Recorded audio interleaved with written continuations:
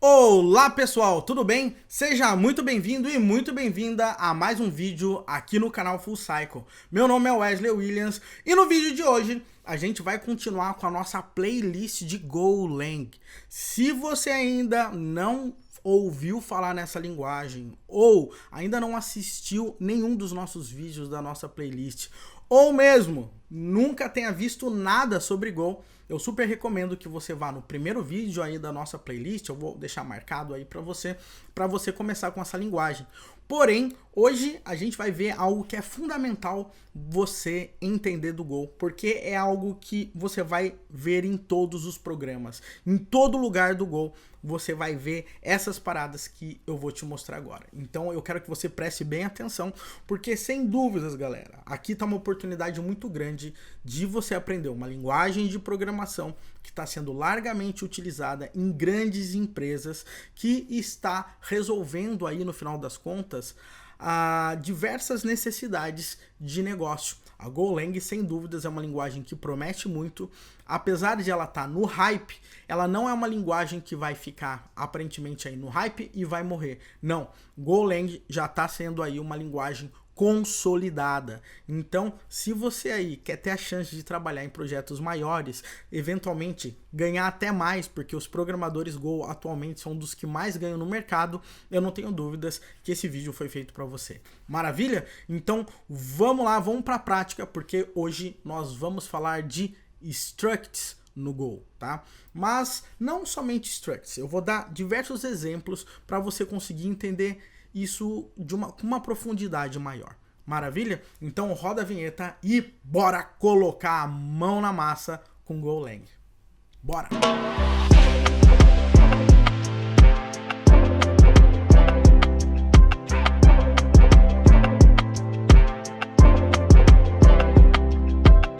Bom, pessoal, e antes de eu sair digitando o código que nem louco aqui para te ajudar um pouco com o Go, eu gostaria muito mesmo de pedir para você dar um like nesse vídeo, tá? Aproveita, se inscreve no canal, aproveita e ativa as notificações para que toda vez que a gente subir um vídeo top que nem esse aqui, você possa aproveitar e ser notificado. Além disso, você vai dar uma ajuda gigante aqui pra gente. Toda vez que você dá um joinha, você fala pro YouTube que o nosso vídeo é relevante, ele vai distribuir mais, isso vai fazer com que o nosso canal cresça ainda mais. No momento que eu tô publicando esse vídeo, a gente aí bateu 30 mil assinantes, provavelmente. Então vamos crescer, eu tô mega feliz de saber que você tá por aqui.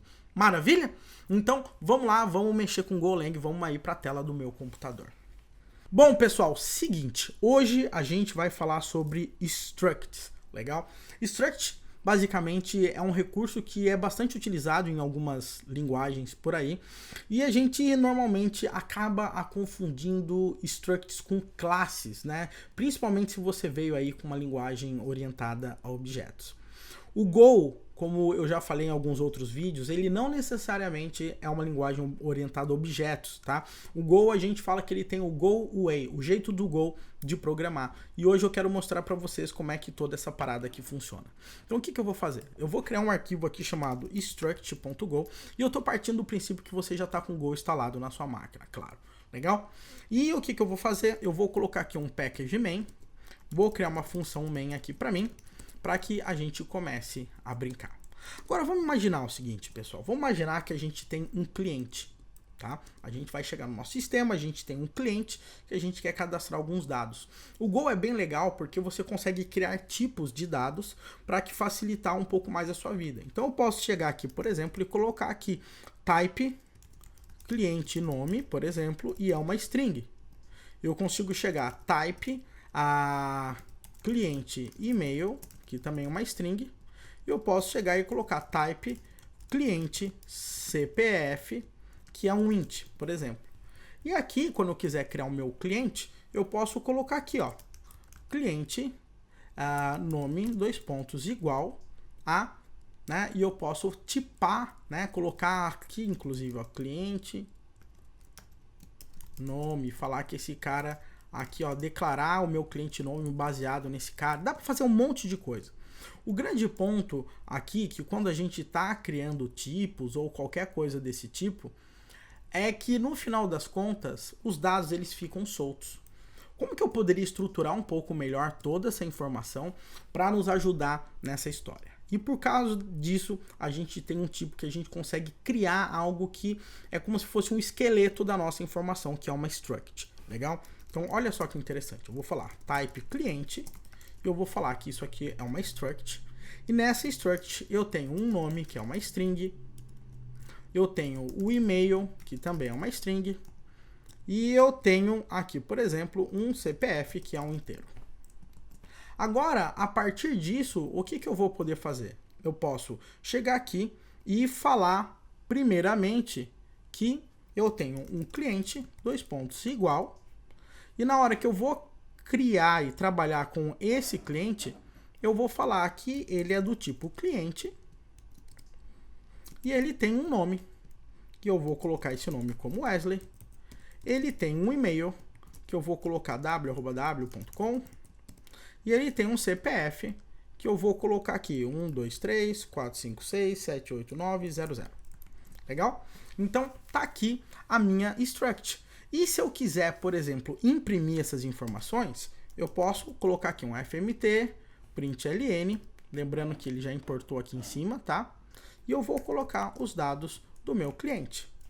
Agora, se eu quiser executar isso, eu posso dar um go run struct.go, que ele vai imprimir aqui os dados dessa minha struct. Legal? Eu também posso avançar dentro desse tipo de resultado e fazer de uma forma um pouco diferente essa declaração. Eu posso chegar e colocar cliente 2, dois pontos igual é um cliente. Opa. É um cliente, né? O tipo cliente aqui.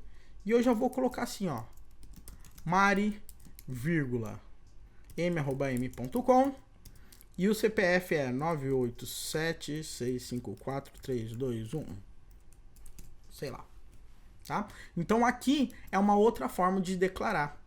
E eu consigo pegar dados específicos de cada uma dessas propriedades. Eu posso até fazer assim, ó. fmt.print. Na realidade, eu posso dar um printf. Aqui, ó. Printf. Vou dar um printf. E eu posso colocar assim, ó. Nome, dois pontos. Que é uma string. Eu posso colocar e-mail, dois pontos. Que é uma string. E eu posso colocar CPF, dois pontos. Que eu vou colocar que é um dígito. E aqui eu vou colocar cliente 2, ponto nome. Cliente 2. Cliente 2 ponto e-mail. E cliente 2 ponto CPF. Legal? Deixa eu colocar aqui que fica melhor para todo mundo ver, né? Agora o que eu vou fazer? Eu vou dar um go run aqui e olha só, ele imprimiu nome, e-mail e o CPF aqui para mim. Legal? Vou até colocar aqui um /n aqui para mim. Show de bola? Então acho que está entendido como que eu consigo estruturar um pouquinho mais os dados aqui pra gente quando a gente está falando do Go. Agora, a gente pode compor, herdar, eu não sei nem, tá mais para composição, mas você pode usar um recurso como se fosse uma herança. Mas vamos imaginar o seguinte, que a partir de agora a gente tem um outro tipo de cliente. Então eu vou chegar aqui que a gente tem um cliente que é internacional, tá? Tem um cliente internacional aqui. Ele é brasileiro ainda, tá? Ele tem CPF, mas ele mora em outro país. Então eu posso aqui colocar país e a string. Legal? Então vamos lá para a gente criar o nosso cliente internacional. Então vou colocar aqui, ó, cliente 3, dois pontos igual a cliente internacional agora. E eu vou falar que o nome dele é Davi. O e-mail é d@d.com. O CPF dele é 123.123.123.00. E o país dele é os Estados Unidos. Bacana? E agora, o que eu vou fazer? Eu vou imprimir essa parada aqui, dessa mesma forma, para o nosso cliente 3. Vocês já vão entender onde que eu estou querendo chegar, tá? Aqui eu até vou colocar país, para ficar mais fácil. país, cliente 3, cliente 3 e cliente 3. Vamos rodar e tá aqui, ó, Davi, país, EUA. Agora, se você perceber, essa struct é muito parecido com essa. Se você olhar, né? Ela é bem parecida mesmo. Inclusive, todos os dados que tem aqui também. Então, eu facilmente, nesse caso, eu poderia fazer o seguinte. Eu poderia apagar esses dados e colocar aqui como cliente. E agora, a parada acaba sendo um pouquinho diferente. Por quê? Porque eu estou compondo, tá, um cliente num cliente internacional. Beleza? Então, essa aqui é a beleza da parada. Mas se você olhar aqui, ó, eu tô com algum problema agora, porque esses dados aqui não tem no cliente internacional. O cliente internacional tem um novo cliente. Então, o que que eu vou fazer aqui? Eu vou colocar que ele tem um novo cliente. E esse novo cliente são esses caras aqui, né? Acho que é isso.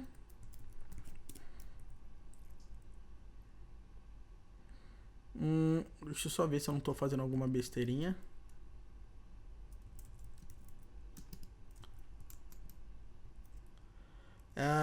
O que eu tô fazendo de errado? Espera um pouquinho. Tô fazendo alguma besteira. Uma besteirão. Ah, claro. Tem que colocar que aqui é o tipo cliente. Legal? Então agora, se você perceber, eu tenho essas informações. Mas olha só que interessante. Você concorda comigo que, em tese, isso aqui deveria ser cliente3.cliente.nome? Ok? cliente3.cliente.email. cliente3.país. O país está certo. Mas se você perceber, ele no lint aqui do Go, ele nem reclamou. E por isso que muita gente acaba falando que isso também é uma espécie de herança que o Go tem. Por quê? Porque mesmo a gente fazendo essa composição de uma struct com outra, a gente consegue, na utilização dessas informações, trabalhar como se esse nome fizesse parte diretamente do cliente internacional e não no cliente internacional.cliente. Então aqui eu consigo acessar esses caras aqui. Eu vou rodar aqui para a gente ver. E você vai ver que deu exatamente na mesma, mas agora eu tô com essa espécie de composição barra herança. Entenda e interprete como você quiser. Legal? Então isso aqui é um ponto super importante para você entender que dá para a gente fazer. Uma outra coisa que é muito utilizada aqui é o seguinte, é a parte de métodos, né? Quando a gente está falando em métodos, eu posso atachar uma função e essa função que ela é atachada aqui pra gente, ela acaba sendo atachada em uma struct. Então a gente pode dizer que uma struct tem um método. Eu sei que a gente está mais acostumado que a nossa classe tem um método, mas no Go a gente tem uma struct que tem um método. E para fazer isso, na realidade, é mais fácil do que você imagina, tá? Então olha só o que eu vou fazer aqui pra gente trabalhar com esse método. Eu vou criar aqui, tá? Uma função chamada exibe. Uma função normal. Mas eu quero que essa função esteja atrelada a essa struct. Então o que eu vou fazer? Eu vou abrir uma chave aqui, eu vou falar que C aqui representa esse cliente. Então eu vou falar que C é do tipo aqui meu cliente.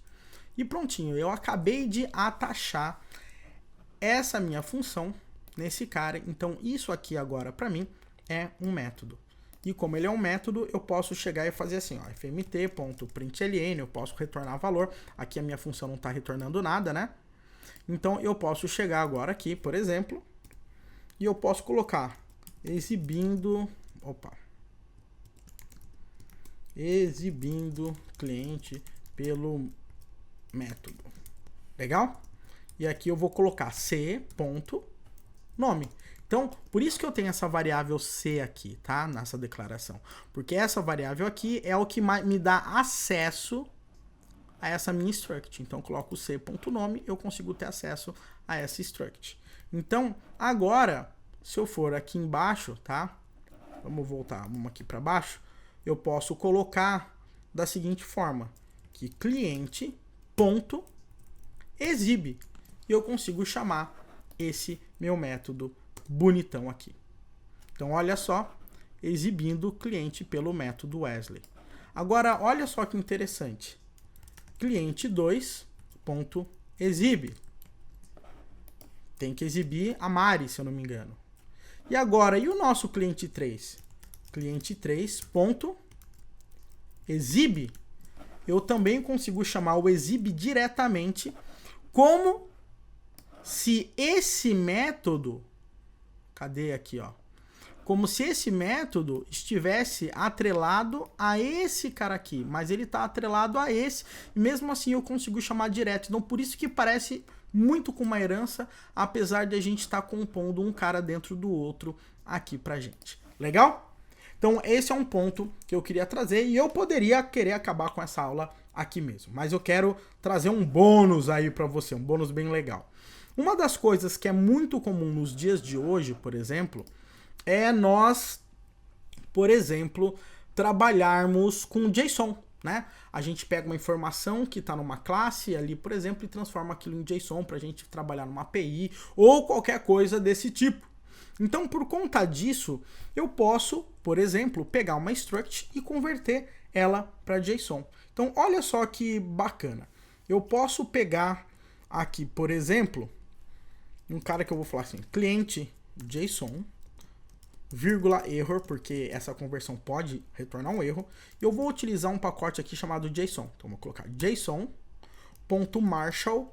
O Marshall é quando você pega algo que está numa struct e transforma em JSON, tá? E eu vou passar aqui para mim o meu cliente 3. Show? E agora eu vou verificar meu erro. Se você não sabe como verificar erro com Go, como é que o Go funciona, o porquê que a gente está trabalhando dessa forma, dá uma olhada que eu gravei um vídeo apenas sobre tratar erros no Go. Então aqui eu vou colocar aqui um log.photo, eu vou colocar um error.error aqui para mim. Beleza? E agora eu posso simplesmente dar um fmt.println e eu vou imprimir aqui o meu cliente JSON. Legal? E agora vamos imprimir e ver o que acontece. Nossa, Wesley, o que é esse monte de número? Isso aqui é o JSON, não era para ser o JSON? Calma. Toda vez que você dá um Marshall, esse Marshall pega esses dados no formato de um slice de byte. Então cada paradinha dessa ali é um slice, é um byte ali que está rolando. Então o que a gente vai fazer? Eu simplesmente vou pegar esses bytes aqui e vou converter no formato de string. E agora, quando eu acessar, pum! Olha só que maneiro, galera. Olha só que maneiro. Agora sim, eu tenho o meu JSON gerado a partir da minha struct. Mas eu vou mais longe aqui com você. Eu não sei se você percebeu, mas o campo que está aqui nome, o campo que está aqui e-mail, o campo que está aqui CPF, o campo que está aqui país, esses caras estão com tudo P maiúsculo, né? Olha só que loucura. Como que eu consigo mudar o valor dessas chaves aqui do meu array, sendo que ele está pegando exatamente a minha struct aqui?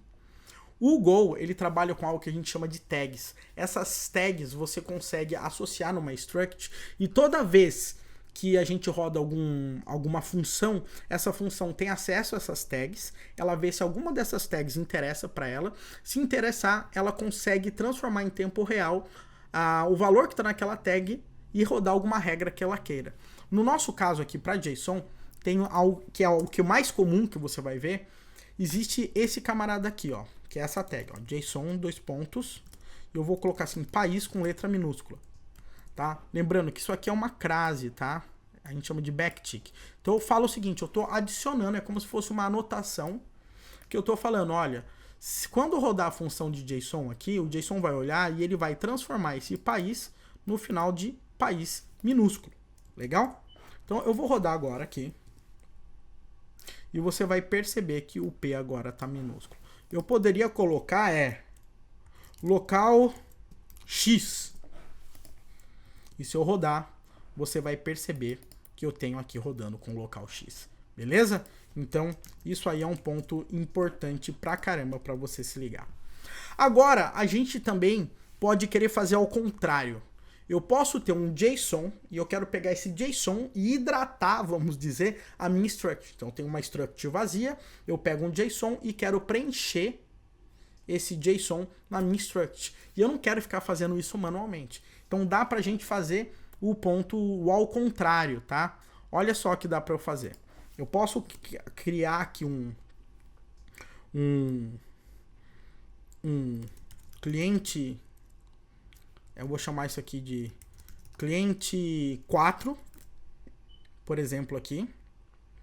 E nesse meu cliente 4, eu vou fazer o seguinte, ó, eu vou falar que ele é um cliente internacional em branco. Legal? E agora, o que eu vou fazer? Eu vou aproveitar que isso aqui já está na mão. Vou copiar. Eu vou chamar isso aqui de JSON cliente 4. Legal? Eu vou falar que esse é o conteúdo desse JSON. E agora, o que eu quero fazer? Eu quero pegar esse JSON e hidratar esse meu cliente internacional, que é esse meu cliente 4. Então, o que eu vou fazer agora? Eu vou dar um JSON.unMarshal. Perceba que aqui a gente deu Marshal, aqui a gente dá um unMarshal, e aqui ele pede para a gente passar um slice de bytes. Então, o que eu vou fazer? Eu vou pegar esse meu JSON cliente 4, né, que tem o meu JSON, e vou transformar ele de string para byte, tá? Então, por isso que está aqui colocado entre parênteses. E aqui eu vou falar qual é a struct que eu quero rechear, que é o meu JSON cliente 4. Mas o grande ponto é que se eu colocar apenas assim o meu JSON cliente 4, ele vai alterar somente nesse escopo. E aqui não vai ter... Opa, JSON cliente 4 não. Cliente 4, perdão. Se eu colocar aqui apenas cliente 4, ele vai alterar o cliente 4 só nesse escopo.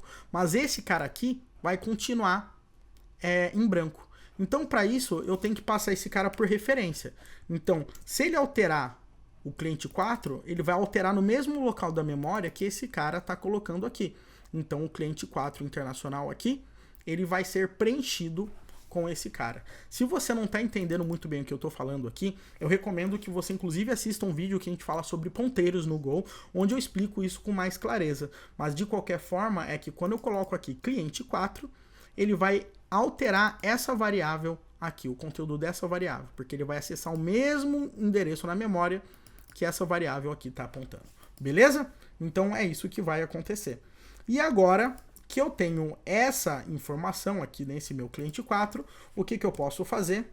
Eu posso dar um fmt.println, posso imprimir aqui o meu cliente 4 aqui para mim e vamos ver o que acontece. Olha só, ele pegou a informação do meu cliente 4. E perceba, ó, que ele conseguiu hidratar, inclusive, uma parada dentro da outra. Então, funcionou esse transformar para JSON e JSON para struct. E você sabe que isso vai ser a coisa mais comum do mundo, principalmente se você estiver manipulando a API com Go, onde uma vez que você manda um JSON e você quer converter esse JSON na estrutura que você está trabalhando. Então, esses tipos de comando é muito comum mesmo você trabalhar. Existem outras formas, inclusive, de trabalhar com encoder, que o encoder ele trabalha com um string de dados e a gente trata essas informações como um string, mas basicamente o resultado é o mesmo. O grande ponto para você se ligar é que a gente aprendeu a entender como é que funcionam as structs, a gente entendeu como é que funciona essa composição de structs, a gente entendeu como que a gente atacha os métodos, a gente entendeu o comportamento de quando a gente está trabalhando com uma struct aí feita uma composição, a gente entendeu essa história da tag e como fazer essa conversação aí de JSON e etc. Espero que você tenha gostado, porque por isso é hoje, esse vídeo já tá ficando grande. E novamente, se esse vídeo gerou valor para você, eu peço realmente que você dê um joinha nesse vídeo. Ative o sininho, se inscreva aí no canal, porque vai ajudar demais a gente aqui. Maravilha? Um grande abraço, espero que você tenha gostado e que esteja apreciando aí a nossa playlist de Golang. Um abração e até o nosso próximo vídeo.